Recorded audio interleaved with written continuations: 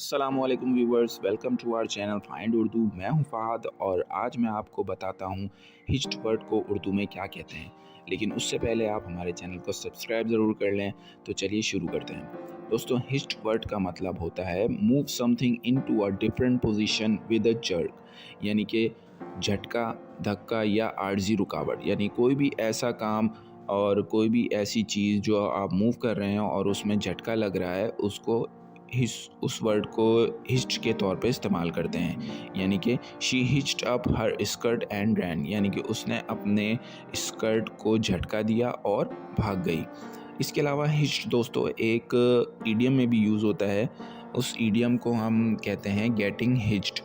यानी कि कोई अगर आपसे पूछे व्हेन आर यू गेटिंग हिच्ड, इसका मतलब क्या होगा दोस्तों कि आप शादी कब कर रहे हैं। गेटिंग हिच्ड का मतलब होता है शादी करना।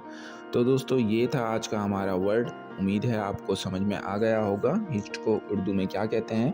अगर पसंद आई हो वीडियो तो लाइक ज़रूर कर दें और हमारे चैनल को सब्सक्राइब करना ना भूलें, और अपने दोस्तों के साथ और अपनी फैमिली के साथ भी ये वीडियो शेयर करें ताकि उनको भी इंग्लिश के मायने पता चलें, इंग्लिश वर्ड्स के उर्दू में मायने पता चलें।